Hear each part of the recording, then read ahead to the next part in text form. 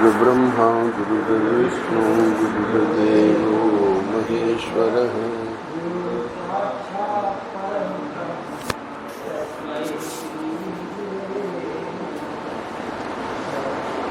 तेरह अगस्त आनंद रस रत्नाकर। आज पृष्ठ लिया गया है परम पूज्य महाराज श्री के जो प्रवचन बम्बई में हुए थे। विषय था श्री कृष्ण लीला रहस्य। भगवान श्री कृष्ण ने अनेकों लीलाएं की और श्रीमद् भागवत महापुराण में व्यास जी ने बड़ा सुंदर दशम स्कंद में उन लीलाओं का वर्णन किया है। तो सामान्य लोगों के लिए लीला का जो वर्णन है वो पर्याप्त है, पर ये बुद्धिमान लोग जो हैं वो जानना चाहते हैं कि वो लीला में रहस्य क्या है, भगवान क्या शिक्षा देना चाहते हैं। तो किसी लीला विशेष को लेकर महाराज श्री आज के पृष्ठ में वर्णन नहीं कर रहे हैं, बल्कि ग्रंथ के प्रारंभ में यानी प्रथम प्रवचन में बता रहे हैं कि ये जो भक्ति है, तो भक्ति में अनेकों विशेषताएं हैं, पर योग और वेदांत से अगर हम तुलना करके देखें तो आज के पृष्ठ में एक विशेष बात ये बताने जा रहे हैं कि वहाँ असंगता का विचार तो किया जाता है कि असंगता आत्मा की कैसे है, परंतु वो पर्याप्त नहीं है, क्योंकि जब तक मन असंग नहीं होगा, मन ही तो फंसा हुआ है संसार में, तो मन का असंग होना जरूरी है, जो कि वेदांत और योग में बताया जा रहा है। उसके लिए अलग साधना बताई जा रही है, पर सिर्फ आत्मा की असंगता को लेकर योग और वेदांत में जो चर्चा है वो उससे व्यक्ति जो है संसार से असंग नहीं हो सकता। मन से असंग होना जरूरी है। और मन से असंग कैसे होगा? जब मन जो है भगवान की लीलाओं में लगेगा। भगवान की लीलाओं में जब मन लग जाएगा तो स्वाभाविक है कि संसार से असंग हो जाएगा। कल राम भैया सुना रहे थे कि संबंध बनाने से, इसीलिए महात्मा लोग क्या करते हैं, लाला दे देते हैं। अब वो लाला जो है उसको लाड प्यार करो, तो वात्सल्य का जो संबंध है, अब हमेशा वो जो भक्त है उसको चिंता रहेगी। आनंद जयंती पे आए थे बड़ौदा के चिराग सपना, तो वह हम प्रसाद पाने गए उनके साथ उनके कक्ष में, तो एकदम उसको याद आया, अपने अध्यात्म विद्या मंदिर जहाँ स्थान है तो वहाँ हम लोग बैठे थे, प्रसाद वहीं पाना था, तो एकदम उसको सपना को याद आया कि ठाकुर जी को भोग लगा, तो लाना है। झट से गई और जाके भोग लेके आई। तो जो संबंध बन जाता है तो उससे फिर ठाकुर जी का ध्यान उस भक्त को निरंतर बना रहता है। उसी को कल बता रहे थे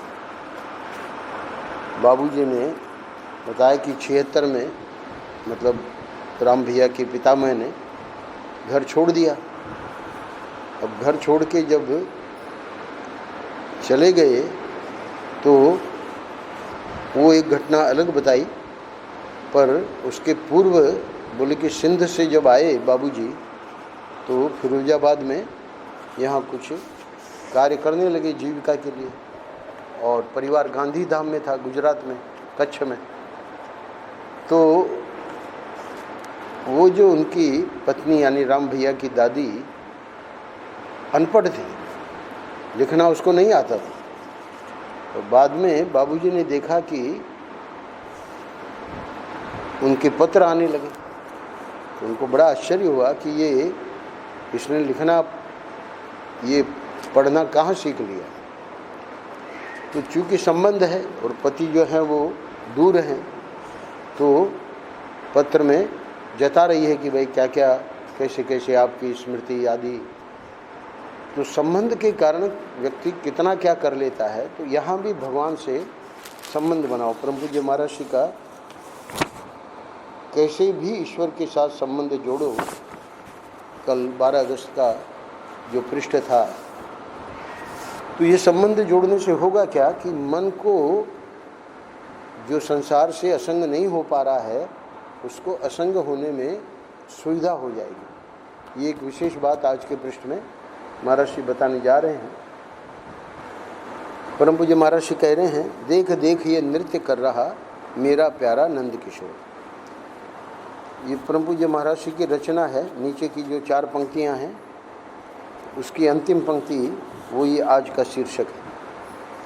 अरे विश्व, क्या मुझे लुभाने का करता है व्यर्थ प्रयास। तो स्वाभाविक है कि शब्द, स्पर्श, रूप, रस, गंध, ये सब जो हैं, तो इंद्रियां जो हैं, मन जो है, उसके पीछे लग जाता है। तो यहाँ चुनौती दे रहे हैं, अरे विश्व, क्या मुझे लुभाने का करता है व्यर्थ प्रयास। यानी तेरा प्रयास सफल नहीं होगा, तेरा प्रयास व्यर्थ जाएगा। क्यों व्यर्थ जाएगा? नहीं जानता मेरे उर में दिख रहा प्रिय का मृदुहास। यानी मैं तो अपने ठाकुर जी का जो मृदुहास है उसी को देखने में तल्लीन हूँ। तो मेरे हृदय में जो दिख रहा है प्रिय का मृदुहास, क्या तू नहीं जानता? यानी क्यों बेकार में प्रयत्न कर रहा है मेरे को लुभाने का। और फिर चुनौती में क्या कहते हैं, भले फूट जाएं ये आंखें पर न लखेंगी तेरी ओर। अब तू ये आशा छोड़ दे। परम पूज्य महाराज जी कहा करते थे कि हमको ऐसे सौंदर्य का दर्शन हो चुका है कि अब विश्व की कोई सुंदरता हमको आकर्षित नहीं कर सकती। सबसे बड़ा जो आकर्षण है वो है कंचन, कामिनी और कीर्ति। तो कामिनी, ये 3 जो व्यवधान हैं अध्यात्म मार्ग में आगे बढ़ने के। लोभी व्यक्ति कंचन से मारा जाता है, द्रव्य से, और कामी व्यक्ति कामना से। अब उसका भक्ति में कैसे मन लगेगा? उसका तो संसार में जिस किसी के प्रति उसकी जो है रुझान, उसी का दिन रात चिंतन होता है। और कीर्ति, ये भी जो लोग इधर लग गए हैं अध्यात्म में, तो उनके लिए बड़ा व्यवधान है। तो इसलिए परम पूज्य महाराज कह रहे हैं कि भले फूट जाएं ये आंखें पर न लखेंगी तेरी ओर। हे विश्व, अरे विश्व, अब तो प्रश्न ही नहीं है कि हम तेरी ओर देखें। क्यों? देख देख ये नृत्य कर रहा मेरा प्यारा नंद किशोर। हृदय में ही वो, क्योंकि अवतार समय में तो वर्णन करेंगे महाराज आज के पृष्ठ में, कैसे गोपियाँ लाला को नचाती थी तालियां बजा बजा के, लाला नाचो। जैसे हम देखते हैं आज भी छोटा बालक, तो उसको कहते हैं माता पिता, है ना, नाच के दिखाओ स्वामी जी को। तो शर्माता है, तो कोई कोई बच्चे होते हैं कि दिखा देते। तो ऐसे ही ये तो लाला की यहाँ वर्णन करेंगे लीलाओं का संक्षेप में। लीलाओं का मतलब कैसे गोपियाँ उनको नचाती थी। परंतु यहाँ मुख्य बात यह है कि वो जब लीला का भागवत में हम वर्णन सुनते हैं, तो उन लीलाओं का ध्यान करना। और वो ध्यान करते करते महाराज जी कह रहे हैं कि अब वो मानो हमारे हृदय में ही नृत्य कर रहा है। तो इसका रहस्य जो है अंतिम पैराग्राफ में आज बताएंगे। भगवान के नाचने की लीला का रहस्य वो यही है कि वो जब हम ध्यान करें तो अवतार काल में तो सचमुच में वो लीलाएं होती थी, पर अब हमको वो ध्यान करते करते ऐसा भाव बने कि हमारे हृदय में वो है। इसीलिए विश्व को कह रहे हैं कि अब भले फूट जाए ये आंखें पर न लखेंगी तेरी ओर। देखिए पृष्ठ में क्या कह रहे हैं, आओ आपको ईश्वर से मिला दें। महाराज क्या जरूरत है, हम तो यहीं संसार में आनंद में हैं, आप क्यों मिलाना चाह रहे हैं? क्योंकि ईश्वर में किसी प्रकार का दुख नहीं है। भाई संसार में आप सुखी हैं कोई बात नहीं, पर इसके साथ दुख जुड़ा हुआ है। तो इसलिए कह रहे हैं कि ये जो हैं ईश्वर, इसमें किसी प्रकार का दुख नहीं। सच्चिदानंद स्वयं है, सच्चिदानंद रूपाय विश्वोत्पत्त्यादि हेतुवे तापत्रय विनाशाय। तो सब सुख ही सुख है, तीन ही तो ताप है, आध्यात्मिक, आधिभौतिक और आधिदेविक। तो ये तीन प्रकार के दुख हैं, और वो जो हमको ताप देते हैं उन तापों का तापत्रय विनाशाय श्री कृष्णाय वयम। तो इसलिए कह रहे हैं कि सब सुख ही सुख है। परमेश्वर की प्राप्ति केवल शांति विश्राम नहीं है, केवल आराम समाधि अथवा सुख में नहीं है, अपितु संपूर्ण अनर्थों की निवृत्ति होकर के परमानंद की प्राप्ति वहाँ होती है। तो संपूर्ण अनर्थों की निवृत्ति कैसे करते हैं ठाकुर जी आगे बताएंगे। आप सोचते हैं कि हमारी आत्मा असंग है और इतने से ही काम चल जाएगा, नहीं, आपके मन को दुनिया से असंग होना पड़ेगा, क्योंकि आत्मा असंग है, वो तो आत्मा का स्वरूप है, वो हमने जान लिया, उससे काम नहीं बनेगा। इसीलिए वेदांत का अधिकारी कौन है? वेदांत श्रवण का अधिकारी जो साधन चतुष्टय संपन्न है। श्रवण मनन निध्यासन वेदांत का करके कौन उसके फल का अनुभव कर पाएगा? अधिकारी का मतलब वो फल का अनुभव हमको होवे, जो ऊपर कह रहे हैं अनर्थ की निवृत्ति आदि। तो वहाँ शर्त लगाइए कि जब तक वो साधन चतुष्टय नहीं है, साधन चतुष्टय संपन्न नहीं है, यानी उसमें विवेक, उसमें वैराग्य, उसमें षड संपत्ति, शम दम उपरति तितिक्षा श्रद्धा समाधान और मुमुक्षा, जब तक ये सब नहीं है तब तक भले वेदांत का व्यक्ति श्रवण करता रहे, उसको कुछ होना नहीं है, अनुभव में कुछ आना नहीं है। इसलिए वहाँ ये शर्त लगा दी गई। तो इसलिए परम पूज्य महाराज कह रहे हैं कि वो साधन चतुष्टय संपन्न हुए बिना ही वेदांत का सोच रहा है कि आत्मा असंग है ना।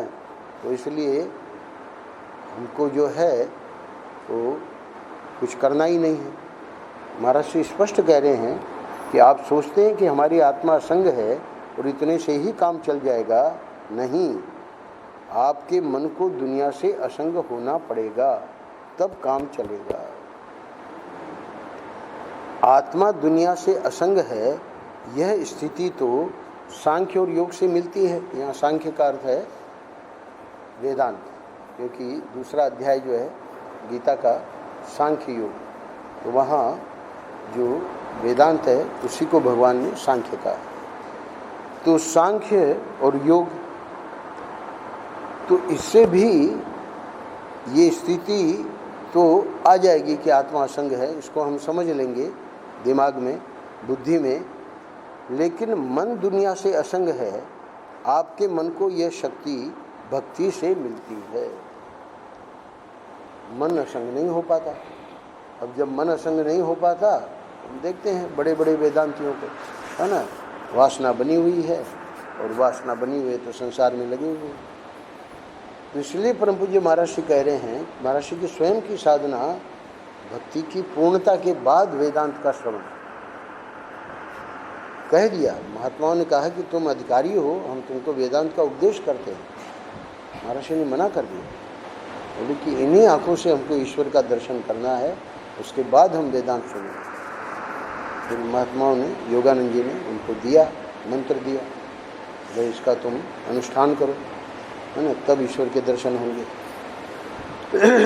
तो अब महाराज श्री आगे की 3 पैराग्राफ में बता रहे हैं, क्योंकि विषय है श्री कृष्ण लीला रहस्य। तो पृष्ठों से पता लग रहा है कि प्रथम प्रवचन में ये बातें महाराज श्री ने रखी हैं। क्या? आओ नंद बाबा के आंगन में देखो। कल जैसे राम भैया रामधन की एक कथा उन्होंने सुनाई, तो मानो कि वो पूरा का पूरा चित्र हमारे सामने है ना। रामधन दूध का लोटा लेके जा रहा है, संतों के पास उनकी सेवा करता है। बाद में उसको पता लगा कि झाड़ी में एक संत आए हैं, तो वहाँ लोटा लेके दूध का पहुँच गया। अब वो तो जो कुछ वैसे तत्व होते ही हैं समाज में, तो उन्होंने ये भगतराज हैं और वहाँ झाड़ी में चीता है, बाघ है, तो वो तो इतना भूला भाला कि लेके पहुँच गया वहाँ।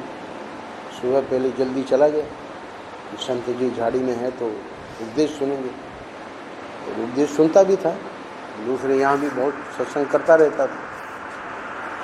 अब वो रामधन लोटा लेके गया तो झाड़ी में तो वो बाघ था, चीता था। और वो बाघ जो था उसने देखा कि ये व्यक्ति लोटा लेके आ रहा है,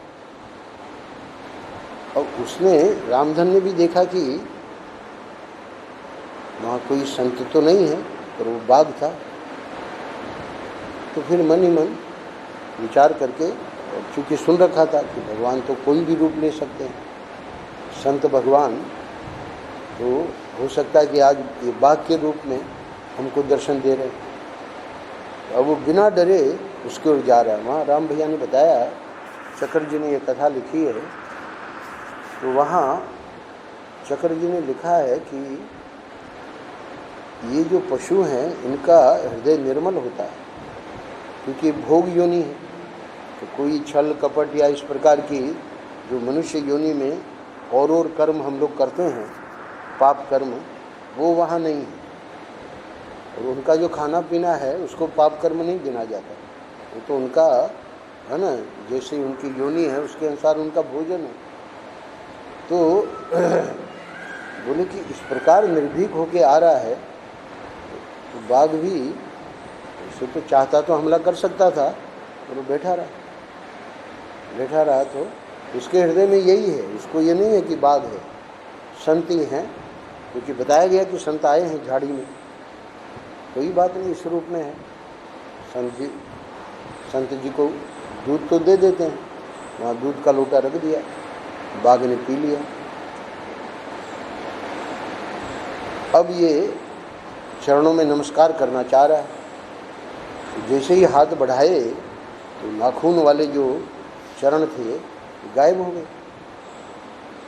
वहाँ एकदम कोमल कोमल ठाकुर जी के चरण।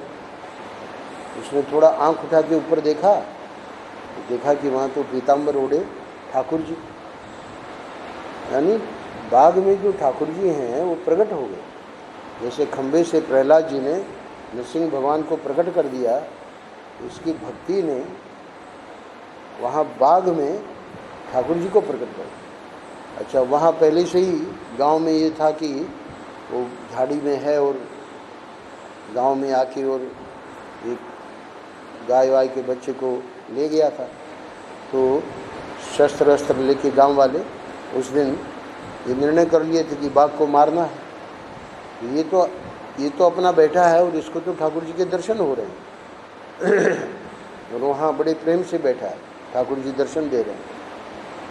इधर गांव वाले लोग आए तो देखा कि रामधन जो है वहाँ बैठा है, और वो अब उनको ठाकुर जी थोड़ी दिख रहे हैं, गांव वालों को दिख रहे हैं कि वो बाघ बैठा है। भाई ये तो भगत गांव का मुखिया था, उसको पता था कि ये उसकी भक्ति बहुत ज़बरदस्त है, तो सब लोगों को रोक दिया, बोले रुक जाओ, है ना, यहीं। और वहाँ बाघ ने ठाकुर जी इसको तो दर्शन दे रहे थे, पर बाकी जब देखा कि ये लोग आ गए हैं गांव वाले, तो ये अपना आँख मीच के, है ना, कुछ इस प्रकार ध्यान कर रहा है कि ठाकुर जी हमारे सामने बैठे हैं, और ये बाघ जी भाग गए वहाँ। वहाँ से भाग गए तो इन्होंने आंखें खोली तो देखा कि वो है नहीं। फिर उधर देखा कि गांव के लोग सब अस्त्र शस्त्र लिए हुए आए हैं, तो सत्संग में सुन रखा था। बोले हाँ बात तो ठीक है। क्या सुना था कि ठाकुर जी एकांत में ही मिलते हैं। जब गांव के इतने लोग आ गए तो स्वाभाविक है कि ठाकुर जी चले गए। तो कहने का अर्थ यह है कि ये जो उन्होंने कथा सुनाई तो उसमें मुख्य बात क्या है कि वो पूरा का पूरा चित्र खींच दिया। जो लोग सुन रहे थे मानो उनके सामने पूरा का पूरा चित्र है। ऐसे ही महाराज जी यहाँ जो वर्णन कर रहे हैं बम्बई के श्रोताओं के सामने बड़े भाव से पूरा चित्र वहाँ खींच रहे हैं। क्या? आओ नंद बाबा के आंगन में देखो। अब समय क्या है? सायंकाल का। अथाई गांव में जो बाहर चबूतरा होता है उसको अथाई बोलते हैं। उस पर नंद बाबा बैठे हैं। बड़े बूढ़े लोग आज भी गांव में अपने घर के बाहर आके अथाई पे बैठे रहते हैं, और तो उनको कोई काम होता नहीं, तो माला फेरने वाले माला फेरते रहते। तो वहाँ नंद बाबा बैठे हैं अथाई पर, चबूतरे पे। घर के बाहर यशोदा मैया और वे दोनों बैठे हैं, है ना। ठाकुर जी के माता पिता नंद बाबा और यशोदा दोनों बैठे हैं। अच्छा, और कर क्या रहे हैं? नन्हे से सांवरे सलोने को बड़े प्रेम से देख रहे हैं। अब वो तो है ही अद्भुत, तो उसको बड़े प्रेम से देख रहे हैं। अच्छा, अब उनका वर्णन कर रहे हैं ठाकुर जी का। नन्हा सा नंद नंदन। अच्छा, तो अब नन्हा सा है तो उसका पूरा वर्णन किया जा रहा है महाराज जी के द्वारा। उसका नन्हा सा मुँह, नन्ही नन्ही दंतुलिया और उस पर मुस्कान, एवं नन्हे नन्हे हाथ तथा पाँव, कमर में करधनी, नन्ही सी कछोटी, पाँव में नूपुर, हाथ में कंगन। और गोपियाँ तो उधर बनी रहती थी, है ना, ठाकुर जी के दर्शन के लिए। तो अब गोपियाँ क्या कर रही है वो देखें। नंद बाबा यशोदा तो बैठे हैं, पर गोपियाँ उनको नहीं रहा जाता था छेड़े बिना। तो गोपियाँ ताली बजाती हैं और नंद बाबा के आंगन में ये नंद नंदन श्याम सुंदर नाच रहा है। नाचो लाला, और नाच के दिखा रहा है। जैसे अभी छोटे बच्चों को कहोगे तो टीवी में देखते रहते हैं, तो बड़ा बढ़िया नाचते हैं। तो ये जो है उस समय टीवी वगैरह के, कृष्ण को तो टीवी की ज़रूरत नहीं है, ये तो जन्मजात नच गया है। तो प्रेम में अब ये तो छोटा सा प्रसंग महाराज जी ने यहाँ वर्णन कर दिया, क्योंकि कृष्ण लीला रहस्य पर तो आगे के अध्यायों में यानी आगे के प्रवचनों में एक एक लीला पर विस्तार से बोलेंगे। बहुत गजब का ये संकलन है प्रवचनों का, पढ़ने लायक है श्री कृष्ण लीला रहस्य। तो अब महाराज जी को ये बताना है कि हो क्या रहा है। ये जो प्रेम है गोपियों का ठाकुर जी के प्रति, और उस प्रेम के कारण वो लाला नाच रहा है। तो प्रेम में चित्त की स्थिरता की जरूरत नहीं होती। ऊपर बताया था योग का और सांख्य का, तो वहाँ तो बताया जाएगा कि भाई चित्त को स्थिर करो। पर यहाँ जो है भक्ति में, प्रेम में चित्त की स्थिरता की जरूरत नहीं होती। प्रेम करना और मन को एकाग्र करना, ये दोनों बात एक साथ नहीं चल सकती। यहाँ तो अपने आप को भूलकर उसके साथ मिल जाना होता है। प्रेम में भाई चित्त की स्थिरता वहाँ क्यों आवश्यक है कि कैसे भी करके ये जो चित्त परेशान कर रहा है, पहले वो योग साधना में तो उसको निरुद्ध कर देते हैं, है ना, ठप कर देते हैं। तो बहुत कठोर साधनाएं हैं वो। पर यहाँ तो कुछ करना ही नहीं है, बस वो लाला के प्रेम में वो गोपियाँ अपने को भूल जाती हैं और भूलकर उसके साथ मिल जाना होता है। प्रेम में एक मधुर मिलन है।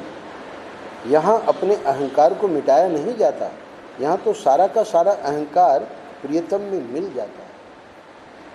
वहाँ तो बड़ी अन्य अन्य साधना में तो अहंकार को मिटाने के लिए बड़े जो बताए हैं वो सब करने पड़ेंगे, जो भी गुरु लोग बताते हैं।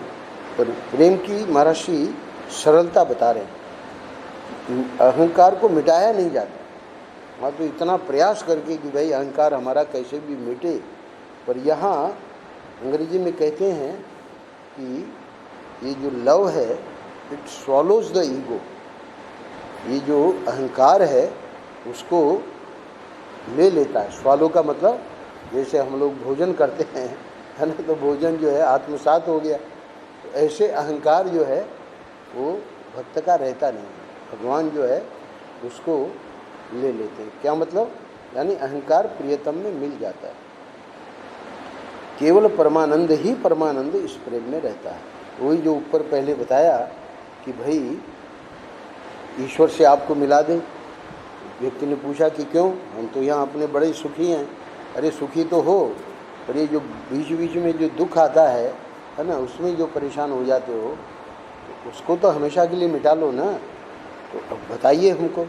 बता रहे हैं, क्या बता रहे हैं? कह रहे हैं कि केवल परमानंद ही परमानंद इस प्रेम में रहता है। ये जो ठाकुर जी का प्रेम है उसमें दुख का प्रवेश नहीं। हाँ, तो सिर्फ परमानंद है। मीरा कह रही है, मैं तो गिरधर हाथ बिकानी, होनी हो सो हो, उसको कोई फिक्र ही नहीं। अरे भाई आप कल्पना करो, बताया गया मीरा को कि ये आप मत पीजिए, ये चरणामृत नहीं है, भले इसमें तुलसी है, इसमें राणा ने जहर मिलाया है, कालकूट जहर था वो, क्योंकि वैद्य को कहा उसने कि ऐसा जहर कि पीते ही तुरंत शांत हो जाए। अब वो मीरा जो है मान ही नहीं गई। जिसका प्याला राणा जी ने भेजा, पीवत मीरा आसीर, पग घुंघरू बांध मीरा नाची, मैं तो गिरधर हाथ बिकानी, होनी हो सो हो। अब ठाकुर जी को रखना है, शरीर रखेंगे। तो यहाँ तो परमानंद ही परमानंद, यानी पूर्ण समर्पण है। ये कब आवेगी स्थिति? जब हमारा पूर्ण समर्पण होगा, तब हमको समझ में आवेगा कि संसार की कोई घटना हमको विचलित नहीं करती। यहाँ अचल भगवान नहीं होता है, किसमें? प्रेम में। यहाँ तो नाचता हुआ भगवान होता है। अरे भाई जो योग है, दूसरा जो ध्यान करते हैं, है ना, उसमें वो अचल वस्तु का ध्यान करते हैं। और यहाँ भक्ति में जो ध्यान है वो तो लीलाओं का ध्यान है। वहाँ कोई अचल भगवान का ध्यान नहीं है। हमेशा महाराज जी कहते थे भक्ति के ध्यान के लिए कि ये ठाकुर जी जैसे खड़े हैं तो ऐसे ध्यान नहीं करना है। भगवान कृष्ण और राधा जी बिल्कुल स्थिर खड़े हैं, बल्कि ये जो लीलाएं जो हमने सुन रखी हैं वो लीला यहाँ कर रहे हैं। तो वो लीला जब कर रहे हैं तो वो ध्यान जाएगा, तो अचल ध्यान थोड़ी होता है, वो नाचता हुआ भगवान होता है, मतलब लीला करता हुआ। मंत्र मुग्ध भोला भाला, ऊपर की लीला जो बताई उसको फिर से बता रहे हैं। मंत्र मुग्ध भोला भाला ईश्वर अपनी ईश्वरता को भूलकर नाच रहा है, और गोपियाँ अपने जीवत्व को भूलकर ईश्वर को नचा रही हैं। तो गोपियों को भी अपना होश कहाँ है? वो तो बिल्कुल डूब गई है। वही अहम जो है वो प्रियतम में मिल गया। अब इसी को अगर और ज़्यादा डीप जावें तो उसको महाराज जी घटा रहे हैं वेदांतियों के लिए। आपका हृदय वृंदावन है, आप स्वयं नंद यशोदा हैं, आपकी चित्त वृत्तियाँ गोपी हैं, और उनके बीच कभी दिखता हुआ और कभी न दिखता हुआ, कभी नाचता हुआ, कभी हंसता हुआ, कभी बोलता हुआ, कभी लेटा हुआ, कभी तिरछा, कभी सीधा, सच्चिदानंद घन नंद नंदन मंद मंद मुस्कुराता हुआ आपके हृदय में नृत्य कर रहा है। अरे विश्व क्या मुझे लुभाने का करता है व्यर्थ प्रयास, नहीं जानता मेरे उर्मे दिख रहा प्रिय का मृदुहास, भले फूट जाए ये आँखें। पर न लखेंगी तेरी ओर, देख देख ये नृत्य कर रहा मेरा प्यारा नंद। महाराज श्री की ये कविता थी और हमारे स्वामी संपूर्णानंद जी, कल उनके एक शिष्य आए थे ओम प्रकाश जी, तो उनको बहुत प्रिय थी ये कविता। वो अपने प्रवचन में महाराज श्री की ये कविता बोलते भी थे। इसके और भी लंबी कविता है, उसका ये एक अंश है। नारायण नारायण नारायण नारायण। श्री राम जय राम।